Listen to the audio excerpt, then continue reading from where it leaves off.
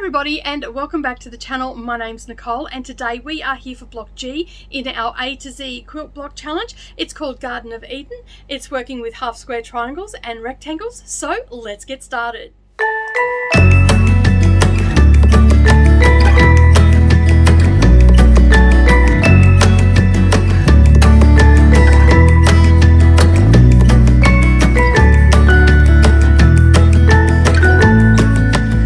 So the things that you're going to need to make your Garden of Eden block is 3 different types of fabric. So you want them to be contrasting. It doesn't matter what color they are. I'm just using what I've got, using up some leftover scraps, random fat quarters that I have in my stash, and of course I'm using that consistent color of the tone on tone background. But everything else is really scrappy and I'm trying to pull everything out of my scrap bin. And you're also going to need your general sewing supplies. So you're going to need some pins. My favorite pins are these fork pins, and there is a link down below for you to get some of them. You're also going to need some sort of marking device. I use this, I've been using this a lot lately. This is a purple thing to open up my seams and whatnot.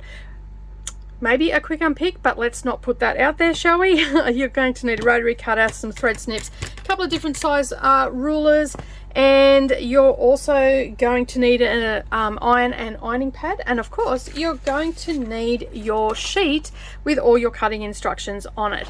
Okay, so basically once you've got this printed off, grab your fabrics, cut everything out, choose which block you're going to do. We've got a 12-inch block and a 9-inch block this time, and we're going to get stuck into making it. Okay, so I've done a little bit of preparation off camera, and this is what our block is going to look like. Let me just move this out of the way because it's a little bit, how you going? All right, so that is the 9-inch block there. You can see how it goes. So you just got to remember that your aqua goes into the center and out to the corners, okay, and you'll be all good to go. All right, so let me just set that aside, and if you stick around to the end, as I'm going, if you're making the 9-inch one, I will let you know what you need to square up your half square triangles to. So we need to make some half square triangles to start off with. As you can see, I've done a little bit of preparation, and then our half square triangles are going to make these components. So what you need to do is take your white fabric, mark a line on the back, place it right sides together onto your squares.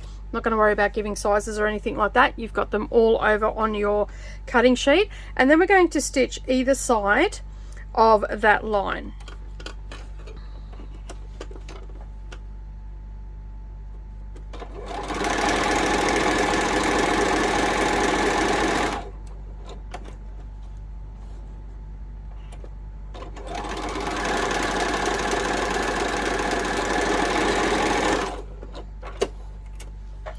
Okay, so once you've done that, you want to just take away your long threads that they just end up getting in the way.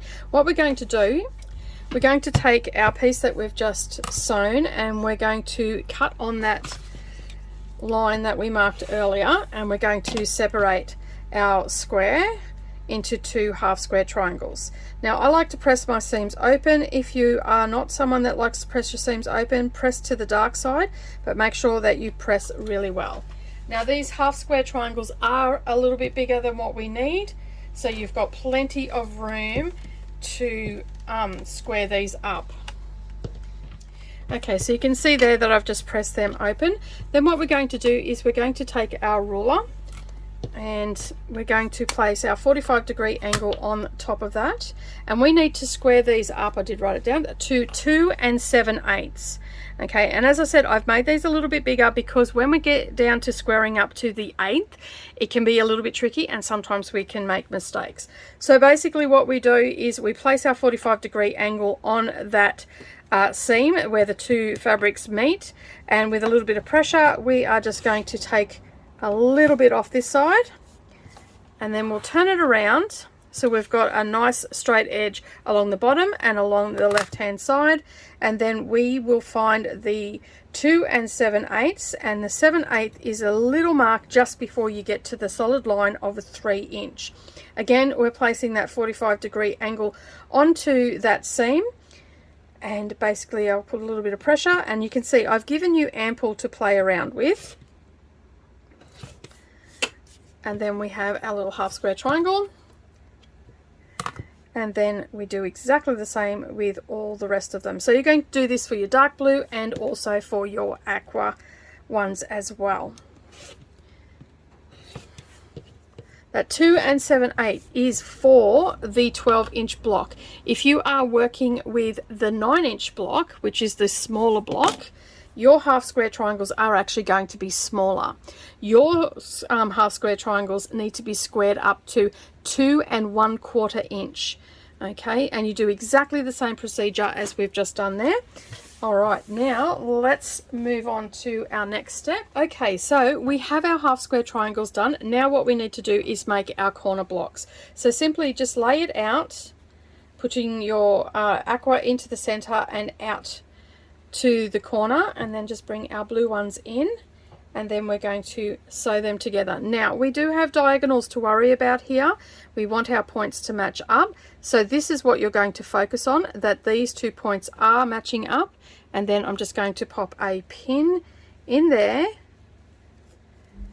so I know that they're not going to move, and then now I can adjust the rest of it and line everything up. Okay, and then we're going to use a 1/4 inch seam allowance down that side.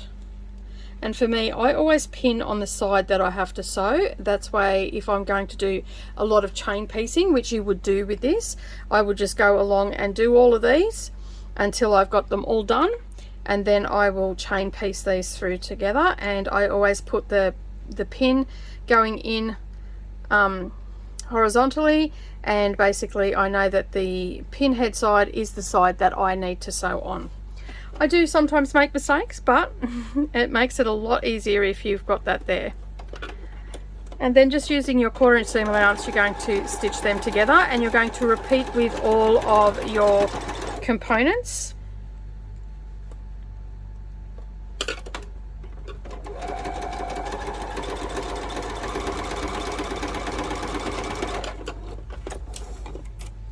Okay, let me just grab my thread snips. So once you've got those pieces sewn together, again, you're going to press your seams open, and then we're going to essentially, where it's like a little 4 patch. So we open that up and press them open, making sure that we've got our pieces the right way. Then what we're going to do is we're going to take those 2 pieces that we just done, and we're going to lay them on top of one another, and we're going to match up our center seam, and using our fork pin, get that in place, and then we'll put a straight pin where our diagonal has to meet, and the same down the other end as well. Just making sure that everything is lining up. And then we're going to use a 1/4 inch seam allowance to stitch that together, and then we'll press our seam open.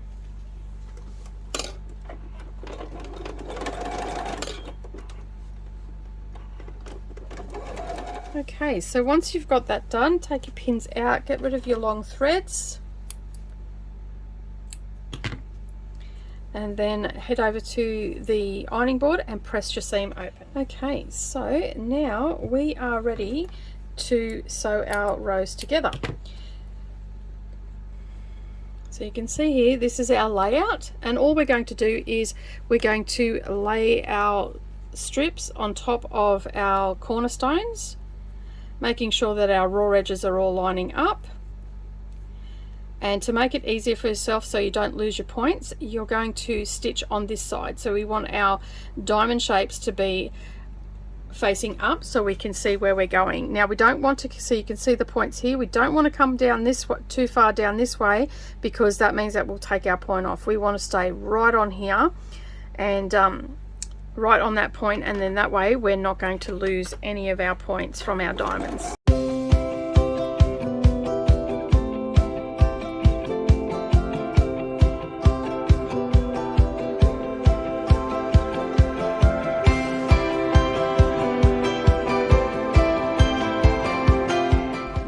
That we put it all back in the right way, Okay, and then we're just going to attach the other side, and I'm not worrying about pressing just yet because we will press in just a moment. We will actually press to one side, and I will tell you which way to press to make it nice and easy for matching up our center block.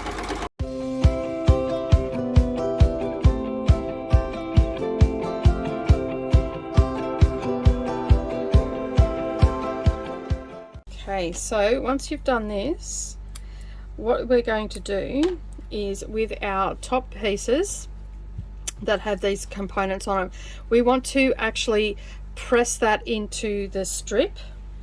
Okay, so to the dark strip, and then our centerpiece we're going to press out to the dark side. Okay, and then our bottom piece we're going to do the same as the top. We're going to press into that dark strip. Okay, so just remember when you're pressing into that strip. All right, so once you've got that all pressed, okay, so just remember that your seams at this point need to go into the dark strip. Now what we're going to do is we're going to join our rows together. So laying them right sides together, we're going to match up our center seams, and we'll use a fork pin to pop that in there. Do the same for the other side. If you've got any long threads there, just get rid of them. It makes it a lot easier if they're not there when you're trying to nest your seams. So we don't have anything to worry about here because we're just stitching on our strips there. So just make sure that your raw edges are lining up, okay, and that you do have your diamonds facing up so you can see where your points are so you don't lose them. Okay, and then we'll just use our 1/4 inch seam allowance and stitch that down. Okay, so we've sewn that on, and now what we'll do is we'll put the next one on. Okay, and we're just going to line that up, nest our seams, make sure that all our raw edges are lining up.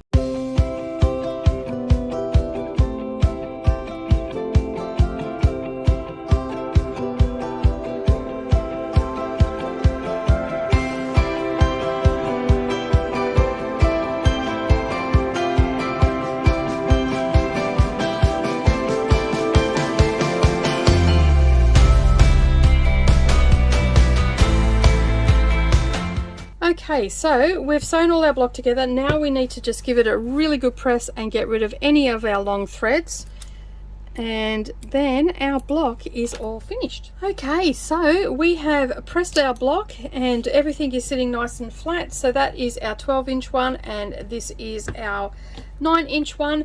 Now remember, your half square triangles for the 12-inch is 2 7/8 is what you've got to square it up to, and for your 9-inch one you need to square those half square triangles up to 2 1/4. All right, so that is our Garden of Eden block. Well, thank you so much for joining me today. I really do appreciate you being here. If you like this video today, don't forget to give it a thumbs up. And if you're new here and have yet to subscribe, make sure you hit that subscribe button and the little bell icon beside it, and then that way you're not going to miss out on any future posts. But that's it for today for our Garden of Eden block. I really do hope that you enjoyed it.